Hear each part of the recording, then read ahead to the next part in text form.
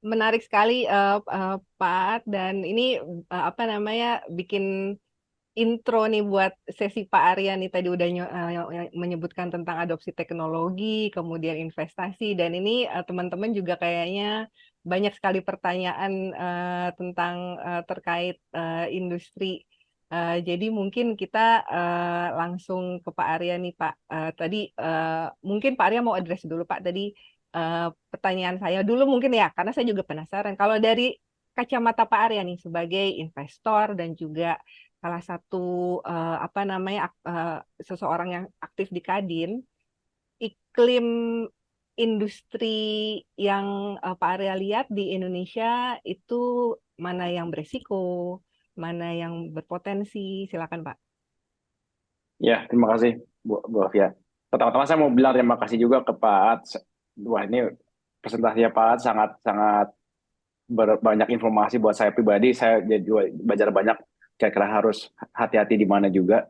Mungkin untuk yang para para hadirin di sini, saya rasa kita perlu tahu mengenai dari sisi makro juga, karena kita ini bukan hidup sendirian di dunia ini. Jadi kita perlu tahu juga secara makro, secara global ekonomi apa saja yang jadi resiko ke depannya juga kita perlu tahu. Dan kalau tadi saya ambil sedikit dari yang tadi Pak sampaikan, tentunya Mbak, Indonesia ini harus bisa memanfaatkan domestic market menurut saya.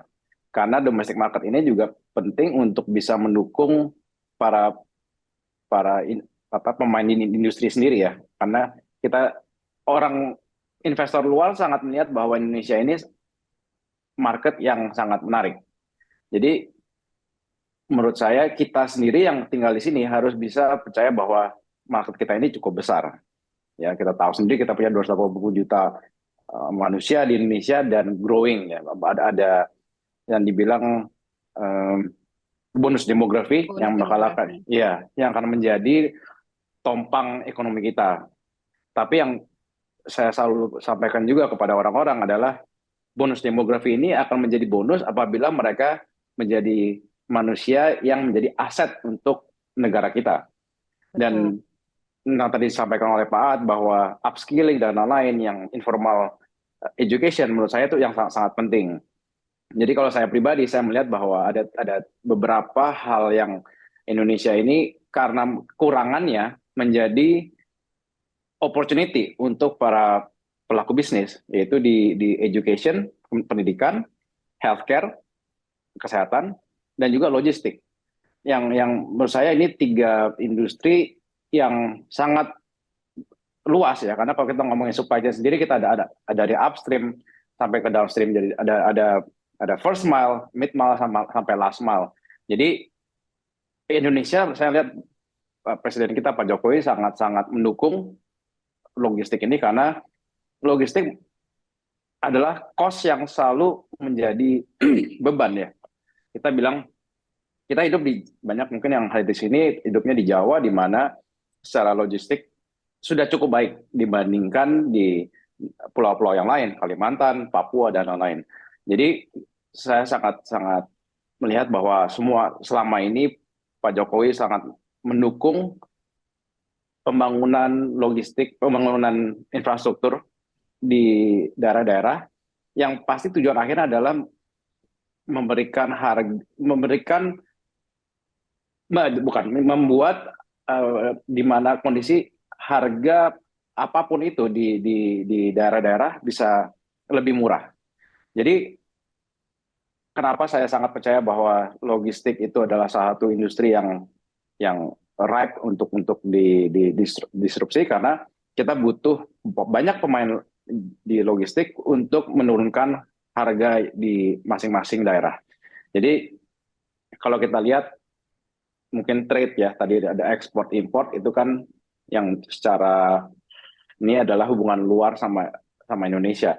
Tapi di bagaimana kita bisa menyampaikan barang-barang tersebut ke daerah-daerah, tentunya kita butuh support dari para pelaku industri lokal. Ya, contohnya misalnya tracking, paling gampang tracking deh. Tracking apabila tracking itu harganya kompetitif, tentunya di daerah tersebut harga pangan ataupun FMCG products akan menjadi turun juga kan. Jadi memang saya rasa ketahanan, apakah ketahanan pangan, apakah ketahanan dari sisi supply chain ini sangat penting buat Indonesia karena itu yang bisa menjaga agar inflasi itu tidak naik eh, liar di mana-mana. Karena kita tadi yang disampaikan oleh Pak Ad juga bahwa inflasi sekitar 3%, menurut saya cukup, cukup baik juga.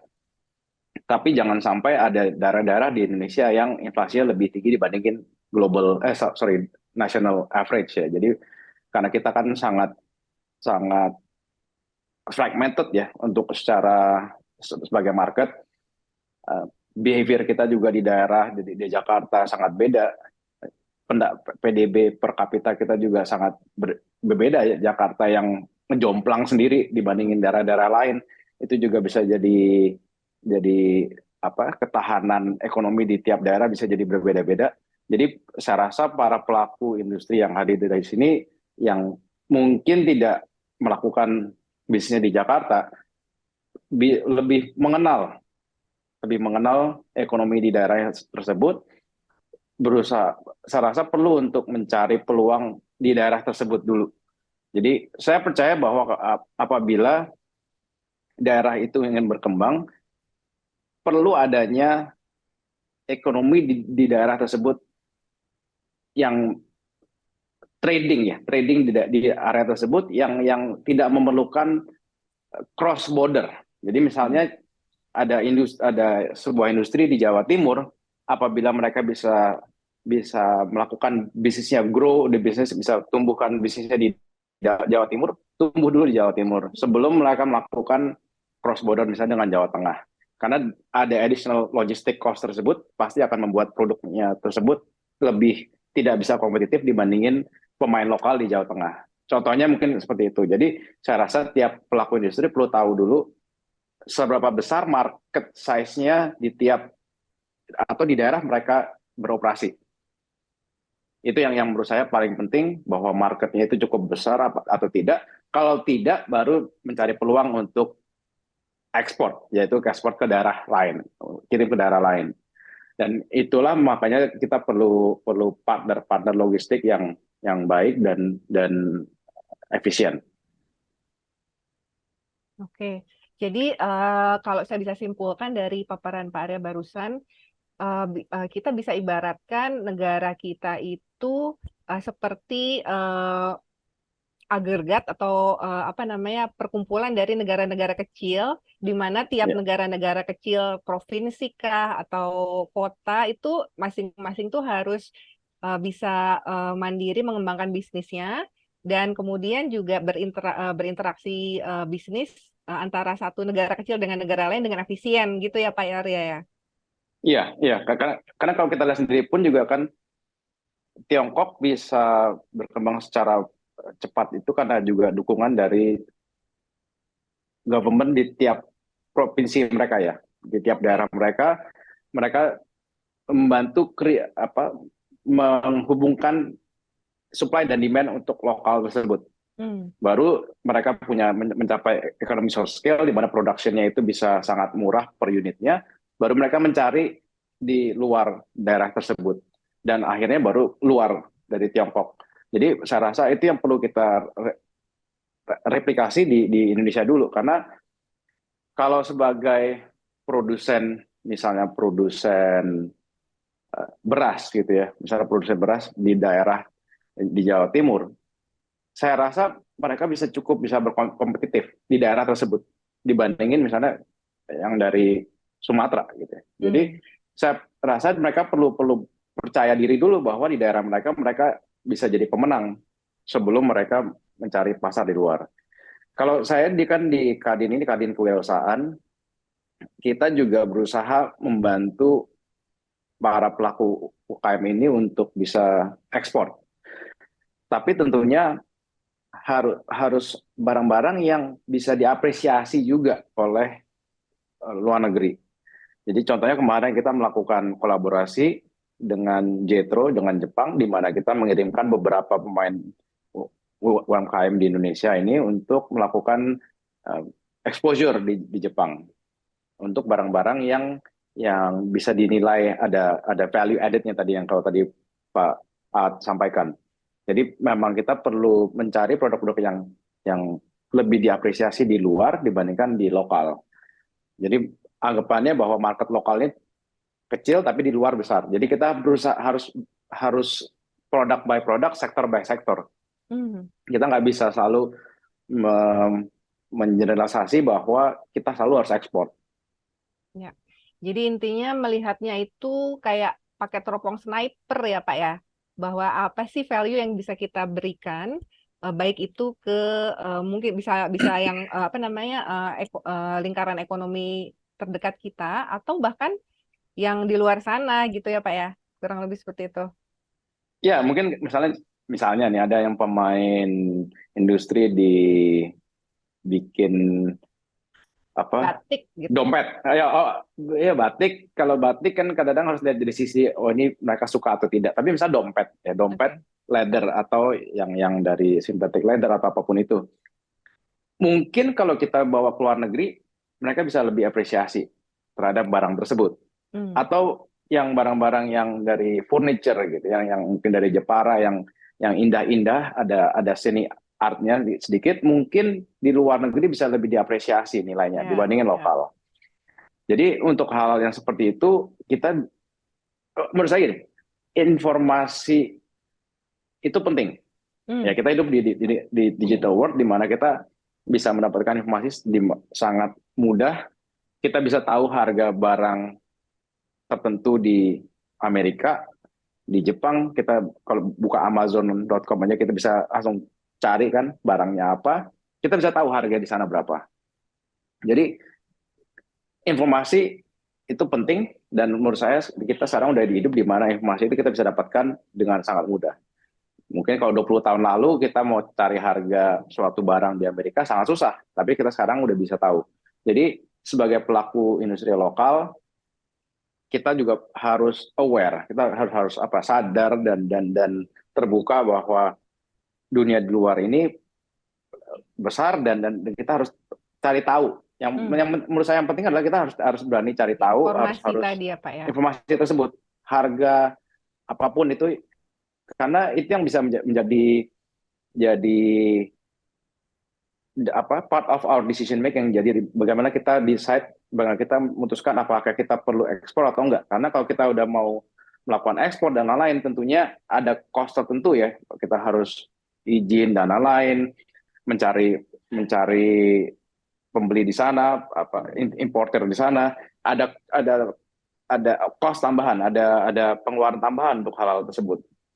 Tapi kalau kita hanya untuk mencari informasi harga atau apakah demand di sana ada atau tidak, saya rasa itu tidak terlalu mahal. Jadi research on your product, mencari tahu apakah ada demand atau tidak itu sangat penting. Ya, demand menurut saya itu ada sangat yang harus kita tahu lah. Kalau kita tahu di lokal seperti apa, di luar seperti apa, kita bisa decide kita mau fokus di lokal dulu ataupun keluar. Oke, jadi paparan Pak Arya barusan sepertinya menjawab pertanyaan Pak Imai Ahmad di chatbox, Pak Imai.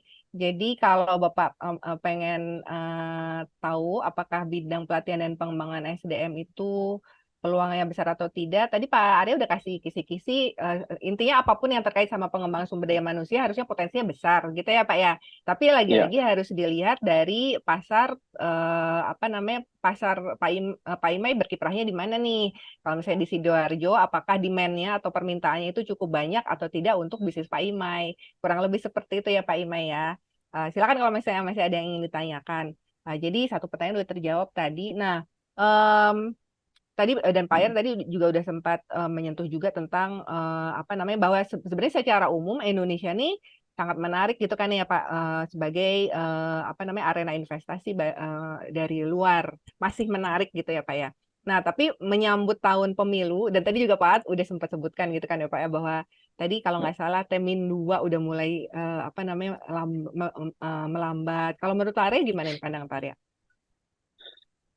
kalau saya lihatnya mungkin di suatu framework bahwa di mana ada uncertainties, ada ketidakpastian, pastinya orang itu lebih cenderung saving, lebih cenderung untuk menyimpan uangnya gitu ya. Mhm. Nah, jadi saya rasa ini juga juga yang dilihat oleh investor luar, makanya mungkin ada kecenderungan bahwa FDI itu foreign direct investment, investasi penanaman modal asing turun dari 6 bulan atau 2 kuartal sebelum tadi yang Pak Ad sampaikan 2 kuartal sebelum pemilu.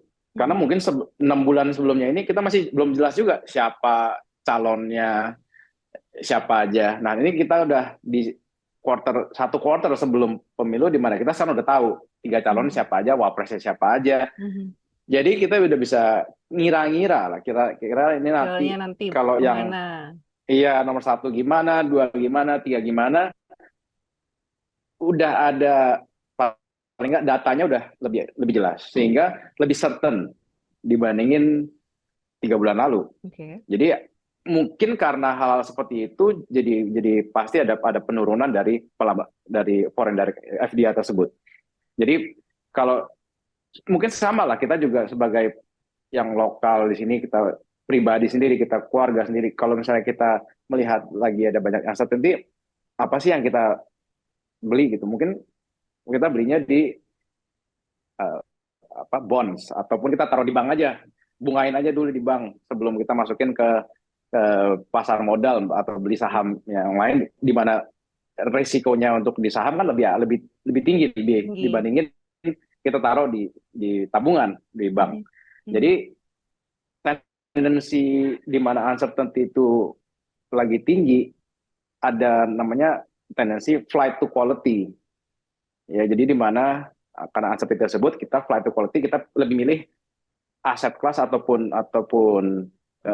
aset yang lebih aman di Hmm. mata investornya. Ya, jadi hal itulah yang membuat Pak tentunya waktu melihat uncertainty terhadap terhadap pemilu ini, pastinya FDI ini menurun dan investor luar mencari market lain yang lebih certain at that point. Yang itu mungkin tidak ada pemilu, udah lebih jelas. Oke, berarti ini agak nyambung nih sama pertanyaan Pak Ibrahim Salim. Berarti dari sisi permodalan bakalan lebih sulit kah Pak di 2024? Bagaimana pendapat Pak Arya, Pak? Dengan oke, ini menurut pengamatan saya. Pertanyaan saya tentunya Pak Ad lebih lebih mengerti mengenai makroekonomi. Kalau saya melihatnya bahwa kemarin ini kan bunganya dinaikin kan ya oleh Ya. Bank Indonesia. Kalau saya melihatnya itu adalah respons terhadap dolar yang naik terus tuh, sempat hampir dapat 16.000 kan ya.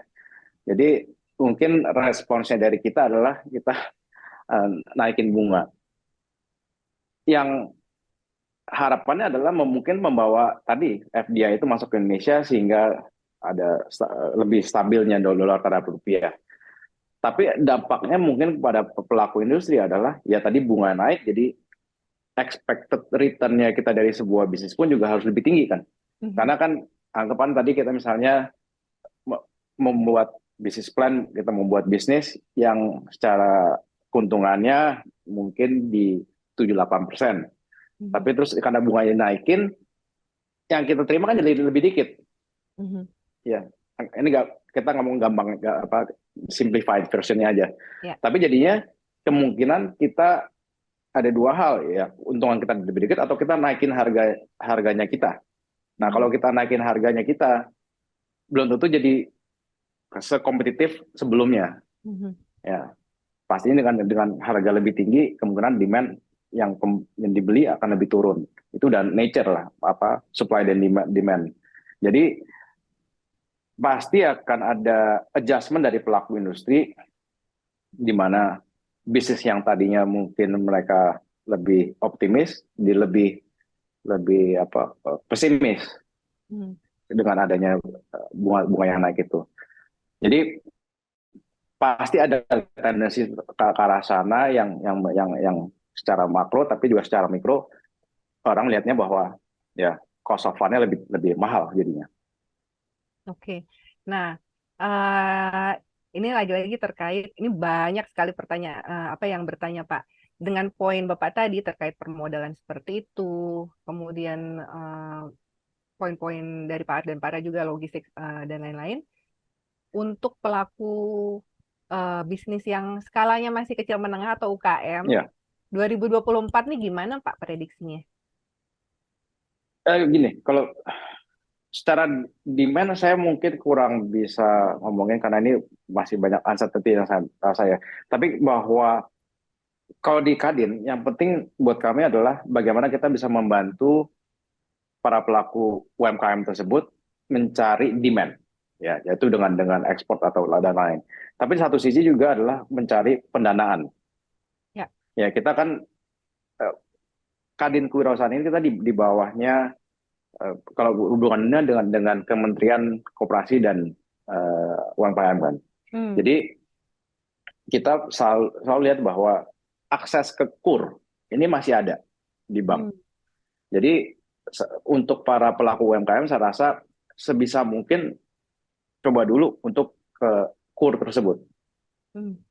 Ya, jadi pemerintah masih punya banyak yang akses ke KUR ini yang mereka salurkan lewat bank-bank BUMN yang menurut saya ini yang perlu didapatkan dulu oleh para pelaku UMKM. Tapi tentunya apabila mereka sudah melakukan market assessment, mempelajari pasarnya mereka di masing-masing kota, kabupaten yang mereka lakukan. Jadi yang tadi saya bilang bahwa local demand menurut saya adalah yang lebih penting buat para pelaku UMKM. Jadi tiap pelaku UMKM saya rasa lebih mengerti local demand masing-masing.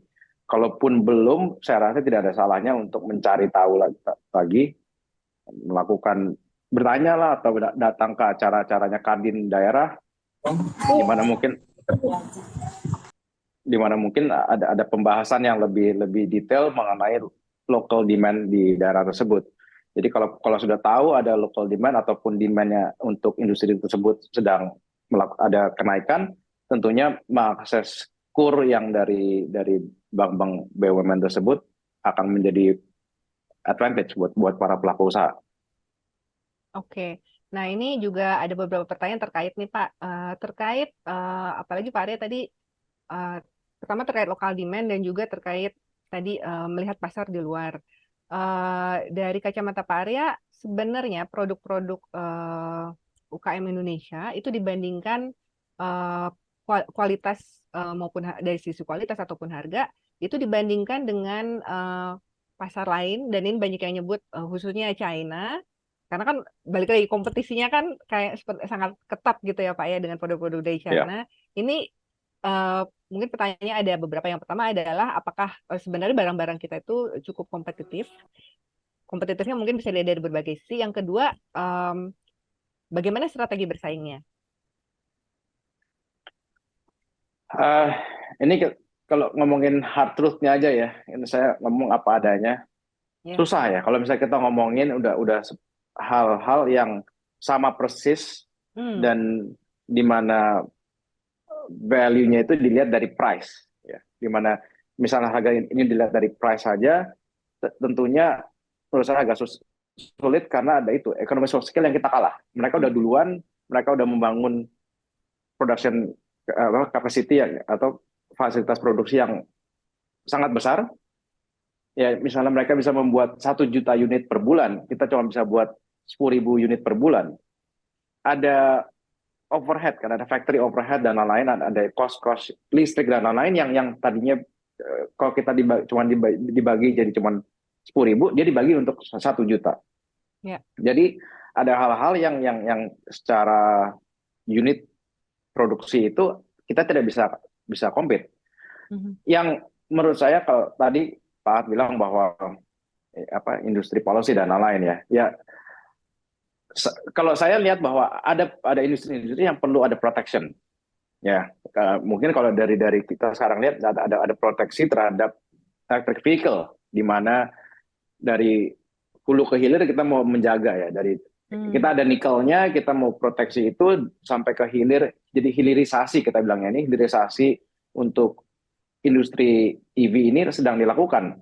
Jadi bagaimana dari hilir sampai ke hulu ke hilir bisa dijaga, di mana value added itu kita capture semua di Indonesia.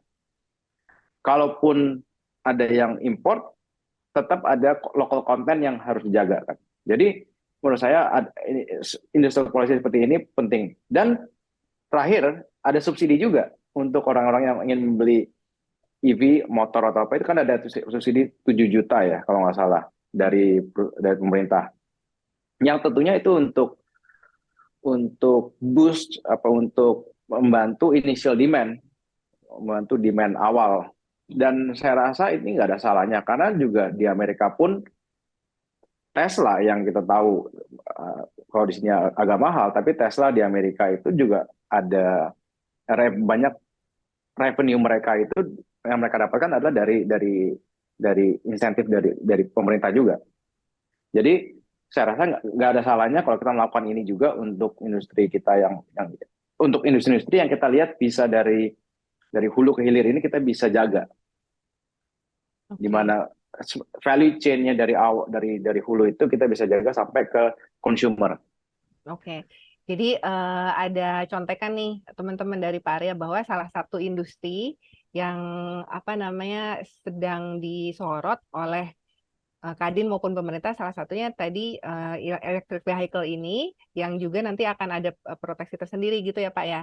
Sehingga kalau misalnya teman-teman apa namanya pengen memulai usaha atau juga apa pengen mengembangkan ide bisnis, mungkin ada yang ada kaitannya ke sini juga, itu bisa dapat angin segar ya Pak ya.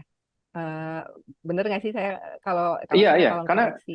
benar-benar. Jadi kan kalau disimplifikasinya adalah daripada kita melakukan apa mining, nickel mining, Mhm, daripada kita nickel mining terus kita ekspor dulu, mhm, terus baru diproses di sana menjadi apa namanya intermediate product yang tadi saya baca juga di ini Pak representatif Pak ada intermediate product, ya, misalnya baterainya gitu. ya, Terus baru baterainya kita import impor lagi. lagi. Kan ini ada logistik cost yang tadi saya bilang, bahwa logistik cost ini kan akan menjadikan produk yang kita terima di sini udah lebih mahal secara raw materialnya Oke. untuk menjadi finish produknya itu. Ya. Jadi saya rasa penting untuk para pelaku industri yang diasosiasi atau apapun itu bisa melihat apakah kita bisa melakukan proteksi dari hulu ke hilir, atau kalaupun tidak langsung dari hulu ke hilir sampai kemana, di mana kita bisa melakukan proteksi tersebut, yang tapi juga bu, tidak hanya melakukan proteksi tapi juga melakukan efisiensi untuk lokal kita juga. Karena kalau misalnya tadi yang dilakukan industrial policy-nya membuat yang kita beli itu jadi lebih mahal, dampaknya nanti juga yang ke inflasi dan pricing kita juga nggak bisa kompetitif di market juga jadi bisa terjadi. Jadi apa yang menurut saya perlu kita jaga adalah ya di mana local product ini bisa dihargai lebih dibandingin apabila kita impor. Oke. Nah, terkait sama poin Pak Arya barusan, menyambut 2024 dan tantangan-tantangan yang sudah dari tadi kita bahas, mindset apa nih dari para teman-teman yang di sini, pelaku bisnis, pelaku keuangan, untuk bisa menyiapkan diri dan juga lebih menyongsong peluang gitu, Pak, daripada takut sama resikonya. Boleh di-share nggak, Pak? Kalau kalau menurut saya yang paling penting adalah itu kita harus terbuka terhadap improvement kepada kita ya, improvement dari knowledge, dari teknik, dari di dunia sekarang ini kita bisa mendapatkan informasi mengenai banyak new technical skills dari online pun bisa. Ya, kita bisa belajar banyak. Soft skill pun juga banyak. Ya, belajar bahasa asing sekarang lewat online pun bisa. Jadi banyak hal-hal yang kita bisa lakukan dahulu sebelum kita memberanikan diri untuk melakukan sesuatu yang tadinya kita nggak berani gitu. Jadi menurut saya sebelum Ya. kita memberanikan diri melakukan satu do your research tapi juga improve yourself sebelum kita melakukan terjun bebasnya itu. Jadi kalau kita ya, mau terjun bebas ya dari sebuah tebing, kita harus tahu dulu kita bisa berenang nggak, Hmm. di bawah situ ada batu nggak, kan kita harus cari tahu dulu sebelum kita nekat lompat gitu. Jadi pasarnya ada atau enggak, kita bisa mendapatkan supply yang baik atau enggak. Karena bahwa kita bisa membuat sesuatu, tapi kalau kita tidak bisa jual sama aja bohong. Dan Hmm. kita bilang kita bisa buat sesuatu, tapi secara supply tidak ada, ya kita nggak akan bisa berproduksi. Ya, Ya. jadi misalnya ya kita bikin keripik gitu. Misalnya kita bikin keripik. Misalnya kita bikin keripik pakai apa ya, yang sangat, atau keripik durian deh. Misalnya keripik durian. Tapi supply duriannya kita tidak bisa constant supply. Ya, Hmm. nggak bisa tiap bulan supaya Musiman sama. ya Pak ya. Misalnya musiman gitu ya. Ya. Musiman tersebut akan berdampak terhadap produksi kita juga kan. Jadi apakah, pertanyaannya adalah apakah yang tadi musiman itu secara supply bisa bisa menjaga ketahanan produksi kita, constant production kita. Kalau masih iya ya mungkin mungkin kita jalan. Tapi kalau misalnya secara musiman itu membuat kita tidak bisa produksi 3 bulan atau 4 bulan dalam setahun, ya agak bahaya gitu. Jadi hal-hal seperti itu menurut saya perlu tahu apakah kita secara supply-nya kita bisa, inputnya ada, kita bisa, outputnya kita bisa jual atau tidak. Ya. Jadi ini barusan apa poin dari Pak Aris harusnya menjawab pertanyaan dari Pak Huda Komputer. Intinya caranya bagaimana mendekatkan diri dengan bisnis besar. Jadi intinya pertanyaan Bapak kan terkait mendapatkan pengadaan atau supply ya kan barang-barang Bapak. Sebenarnya tadi Pak Arya sudah menyebutkan bahwa informasi itu sekarang banyak. Jadi tinggal bagaimana kita memanfaatkan informasi yang beredar di luar sana dan mensintesa informasi tersebut supaya kita mendapatkan peluang bisnis yang terbaik. Kurang lebih seperti itu ya Pak Arya ya. Iya. Oke, jadi itu sudah terjawab. Kemudian permodalan juga sudah. eh oke, mungkin sekarang kita akan masuk ke sesi tanya jawab, teman-teman. Bagi yang belum bertanya, boleh diketikkan pertanyaannya di chat box. Mumpung kita punya dua narasumber yang saling melengkapi nih, satu ekonom dan yang satu praktisi, jadi pastinya banyak sekali ilmu yang bisa kita gali. Saya akan baca sementara saya nunggu pertanyaan lain di chat box. Saya akan bacakan pertanyaan yang masuk dari kita di formulir pendaftaran. Jadi pertanyaan yang masuk sebentar. Em, oke, terkait politik ini Bapak-Bapak. Em, apakah disarankan untuk terlibat dalam bisnis yang di 2024 kan pasti banyak sekali apa namanya kampanye ya. Nah, kalau dari Pak Aat ataupun Pak Arya melihat apakah keterlibatan bisnis dari rekan-rekan yang hadir di sini eh, terlibat dalam misalnya sponsorship kampanye salah satu parpol atau caleg itu positif atau bagaimana? Mungkin Pak Arya udah senyum-senyum nih, bisa menjawab Pak. Eh, Sebenarnya saya nggak mau komen kalau secara politis ya, tapi kan maksudnya kalau saya lihat bahwa kalau misalnya itu sebuah opportunity bisnis yang, kalau untuk support kampanyenya saya nggak komen ya, tapi kalau untuk melakukan suatu bisnis yang mungkin akan mendapatkan angin segar selama kampanye, why not gitu kan. Misalnya selama kampanye itu ada banyak flyer, baju atau apapun itu, dan para produk apa, para pemain di sini bisa bisa melakukan produksi tersebut. Misalnya tadinya dia buat produksi untuk seragam, tapi terus sekarang karena masih masa kampanye dia mau diversifikasi sedikit, oh untuk barang-barang yang bisa untuk dipakai kampanye, why not gitu. Tapi kalau melakukan kontribusi kepada salah satu calon atau apapun, saya no comment. Oke, mungkin dari Pak At ada komentar tambahan.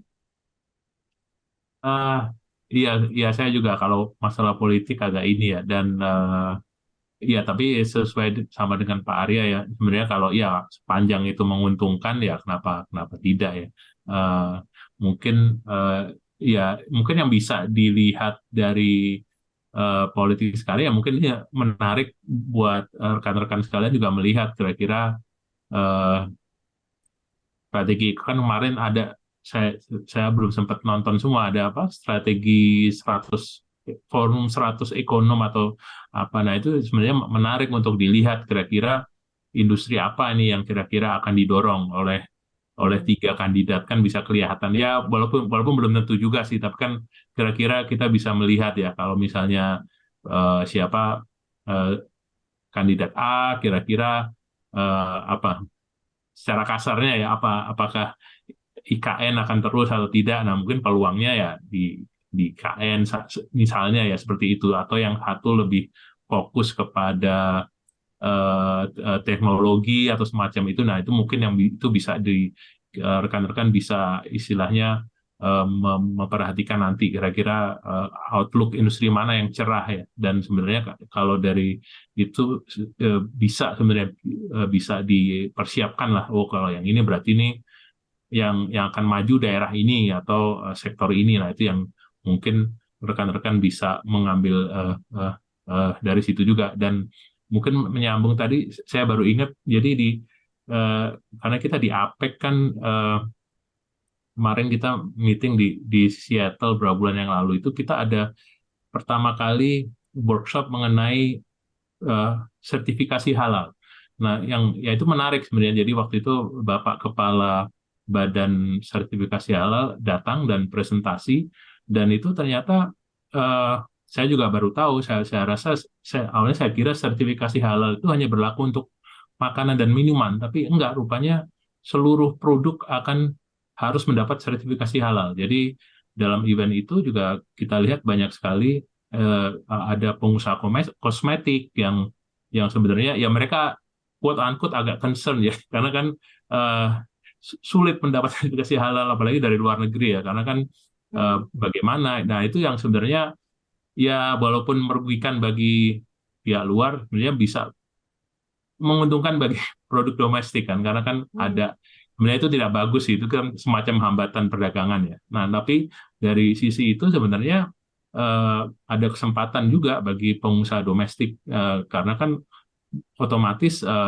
pemain domestik pasti lebih tahu cara memperoleh sertifikasi halal dan lebih mudah dan mungkin ada peluang di bidang logistik juga bagaimana membuat supply chain yang halal. Nah, itu yang yang paling tidak yang seperti itu yang bisa dilihat peluang-peluang industri baru atau pasar baru. Jadi mungkin apakah membuat ya membuat logistik yang terjamin halalnya. Nah, ini tentu tentu masih harus dilihat ya. Saya terus terang baru dengar waktu itu, jadi tidak tahu secara pasti bagaimana kerangka regulasi dari sertifikasi halal ini akan diberlakukan kepada produk-produk non non makanan. Nah, dan tentunya itu menarik untuk dilihat. Ya.